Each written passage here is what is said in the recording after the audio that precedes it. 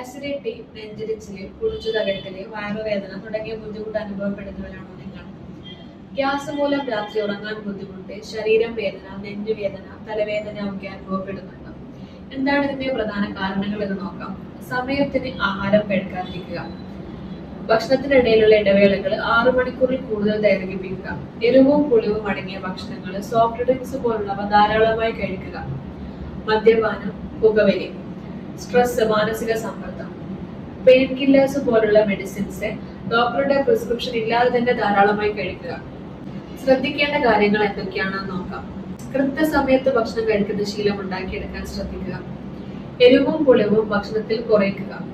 പൊരിച്ചതും വറുത്തതുമായിട്ടുള്ള ഭക്ഷണങ്ങൾ പാടെ ഒഴിവാക്കുക. വെള്ളം ധാരാളമായി കുടിക്കാൻ ശ്രദ്ധിക്കുക. പക്ഷേ ഭക്ഷണത്തിനോടൊപ്പം വെള്ളം കുടിക്കുന്ന ശീലം ഒഴിവാക്കുക. ആരോഗ്യവുമായി ബന്ധപ്പെട്ട കൂടുതൽ വീഡിയോസും കൺസൾട്ടേഷനും എവർവെൽ ഹോമിയോപ്പതിയിൽ താഴെ കൊടുത്ത നമ്പറിൽ കോൺടാക്ട് ചെയ്യാവുന്നതാണ്.